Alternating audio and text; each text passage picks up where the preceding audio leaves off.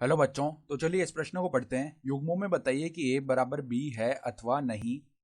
a बराबर x, x प्राकृत संख्याओं में से है और 1 से 3 के बीच में है x, जिसमें हम 1 को और 3 को ले रहे हैं। और b बराबर समुच्चय x 3x बराबर 9, 2x बराबर 2, x माइनस 1 बराबर 1।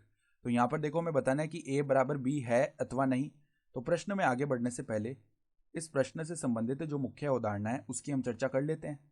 तो देखो मुख्य अवधारणा, यदि देखो हमारे पास में दो समुच्चय हैं P और Q। यदि दो समुच्चय P और Q बराबर हैं तो यहाँ से क्या होगा, तो जो P में अवयवों की संख्या है ना वो बराबर होगी Q में अवयवों की संख्या के।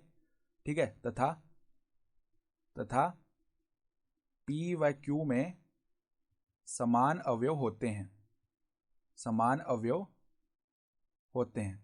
अर्थात अवयवों की संख्या तो समान होती है, साथ ही साथ जो अवयव है ना वो भी समान अवयव होते हैं। ठीक है, तो ये होता है अगर दो समुच्चय बराबर हैं तो अब देख लेते हैं। देखो पहला समुच्चय हमारे पास में a, तो a में देखो x कहाँ से लेना है हमें, 1 से 3 के बीच में, जहाँ हम 1 और 3 को भी ले रहे हैं, और प्राकृत संख्याओं में से। तो देखो a समुच्चय इस प्रकार बन जाएगा 1 2 3, क्योंकि 1 और 3 के बीच में 2 ही है प्राकृत संख्या, और 1 और 3 को तो हम ले ही रहे हैं। तो ये आ गया ये a समुच्चय। तो इसमें अगर अवयवों की संख्या देखें हम तो 3 अवयव हैं इसमें। फिर देखो b समुच्चय बनाए, तो b समुच्चय में देखो बराबर 3x बराबर 9 है, तो पहला अवयव 3 आ गया, यहाँ से x बराबर 3 निकल करके आएगा। फिर 2x बराबर 2 है तो यहाँ से x का मान 1 निकल करके आएगा। फिर x माइनस 1 बराबर 1 है तो यहाँ पे x का मान 2 निकल करके आएगा। तो इसमें देखो जो अवयवों की संख्या है ना वो भी 3 है, b में भी अवयवों की संख्या 3 हो गई। अब हम देख लेते हैं कि अवयव समान है या नहीं। तो देखो a समुच्चय में पहला अवयव 1 है तो b समुच्चय में भी 1 है।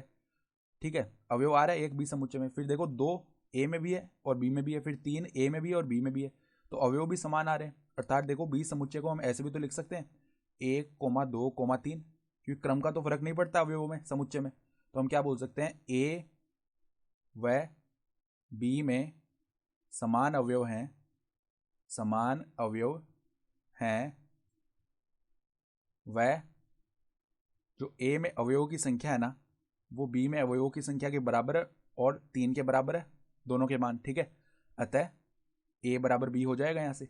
ठीक है, तो a बराबर b आ गया, a बराबर b है, और हमें सवाल में यही तो बताना था, तो ये हमारा उत्तर आ गया। तो आशा करता हूँ कि आपको ये प्रश्न समझ में आया होगा। धन्यवाद।